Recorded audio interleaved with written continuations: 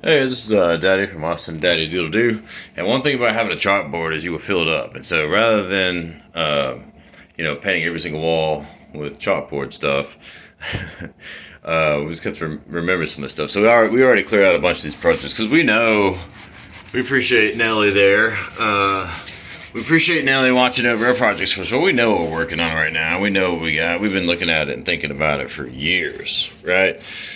Because it's been changing over the years and whatnot. The mission statement we just came up with, I'm pretty proud of this mission statement. So we'll talk about that later if you guys want to know about our mission statement. I also want to briefly apologize. I wrote this song after this breakup I went through. I think it's actually going to be a good song, but there's some language in it I'm not real proud of. So sorry about that. As soon as I write it down, I'll replace it. But because in life there are plenty of heartbreaks and there's plenty of joy, and that's just part of it, right? All right, that's good enough. So that's not really good enough at all. I'm over here. Damn. Well, I wanted to talk about how. All right, so we're going to talk about how the HVAC system in our houses work, right? So we've got power, right? So here's a little like breaker slash switch. So there's power coming in, right? And then you've got your main house unit, all right? Main unit, right? And then from this main unit, there is ductwork. Oops, sorry, ductwork, and there are vents, right? And inside of here is a fan, right?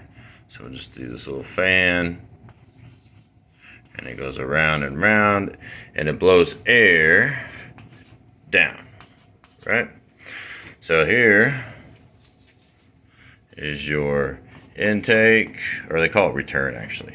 I think of it as an intake, but call it a return. And this is a filter, right? F for filter. Okay, so air comes in here when things are working right. It comes in here and either gets hotter or colder, and it goes out in your house. That's it, right? So how does it get hotter or colder? Well, in here we've got, this is going to be my drawing of a heat exchanger, right? So this could be, let's call this a furnace, right?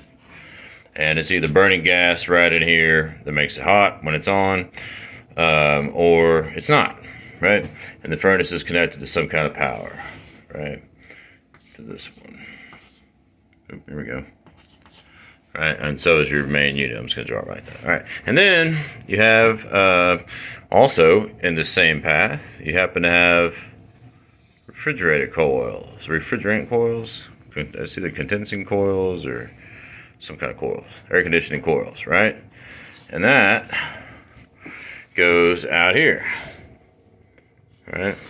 So this is refrigerant. There, that is refrigerant, right? And then out here we got a compressor, big C for compressor, and then we got some more coils, and this is where I don't actually know a whole lot about which way this goes, but I know enough to explain it. And then we got that, right? So what happens here is we take this refrigerant and we pump it into these coils in here, which is nice to get it nice and spread out, right? And so it has a certain amount of kinetic energy. And so if air from the house is going over it, or going over this way, right? And it has more average kinetic energy than this refrigerant that's in here, then that kinetic energy is transferred. So the air going through here cools off, the refrigerant in these coils heats up, right? It's all spread out and everything. Then the refrigerant flows through this pipe into the compressor. And now it gets really dense, right? So the same amount of refrigerant over here, say it's, I don't know, a liter, right? A liter's worth of space here is taking up, a cup's worth of space here, right? It's the same total kinetic energy, but the average kinetic energy or temperature goes up, right? So now we got something that, so the air in the house might be 70 degrees. Let's say our refrigerant now is at 140 degrees, right? Well, guess what's over here? Another fan, right?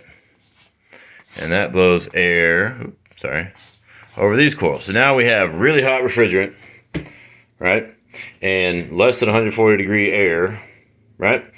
So the air picks up heat and blows on to the rest of the world, right? And this refrigerant loses heat, right? Transfers that heat to the air. Now we've got less kinetic energy, total kinetic energy here. Now, somewhere in here, we start spreading out, right? So as the refrigerant spreads out, the average kinetic energy or temperature drops, right? So we got cold coils, right? So air blows over cold coils, makes the air cold, goes through the ductwork, out your vents, keeps your house cool. Or your furnace is hot and it heats up these heat exchangers, right? And air blows over the heat exchangers, gets hot, goes out through your duct, out through your vents, keeps your house hot, right? Now, one other thing we do want to talk about, because it cost me $400 daggum dollars, because I was a sucker. That's one company. I won't talk about it too much. But this is a thermostat, big T, right? And it receives power from this main unit, and it picks up the temperature, however it does that, and it communicates and tells this unit what to do, right? And then, so that's one thing. So this thing will run, right? And then that should in turn, if they tell the air conditioning to run, right? As long as the signal from this thermostat is getting passed through everything to the unit outside, which will turn the fan, run the compressor, right?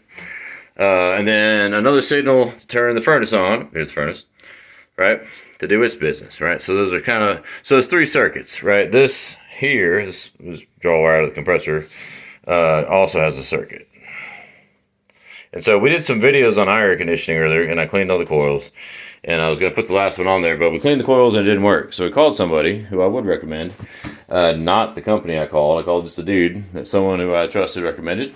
And the guy came out here, and part inside of this compressor box is a compressor. There are some capacitors, right? There's two capacitors in mine. I don't really know a whole lot about these things. I don't know how many compressors or how many capacitors there normally are, right? And some contacts, and that's pretty much it, right? So it came in, one of my capacitors was bad, the other one was pretty close to bad, so two new capacitors, and one of the wires, this wire on here, one of them was burned off the compressor connection, right? So we replaced my capacitors, and then put a new wiring harness, I guess, on this compressor, got everything connected, and it ran fine. And he's like, well, I don't know if it's going to work for a day, 2 days, or 2 years. I'm not sure. And then sure enough, 4 days later, it stopped cooling. So I was like, all right, well, awesome, let's go check it out. And so all we did was we put another crimp on that same wire and put it back on the compressor, and it's been running for 2 months, right? And so I was expecting it to run for like 4 days, and then we'd have to do it again. And so we were going to put it on a video for you, so if it happens to you, you could just crimp an end on, save yourself, $350 or whatever. Probably replace your capacitors and still save $100 if you want to, right? But it just hasn't gone out. It's been working fine. So I'm going to make it, at the beginning of August, I have no doubt we're going to make it October without having to spend $5,000 on a new air conditioner. We probably will the next few years, but I don't know. We'll see. So there you go. That's how your HVAC works. Let me know if you have any questions, and hope you have a great day. Thanks.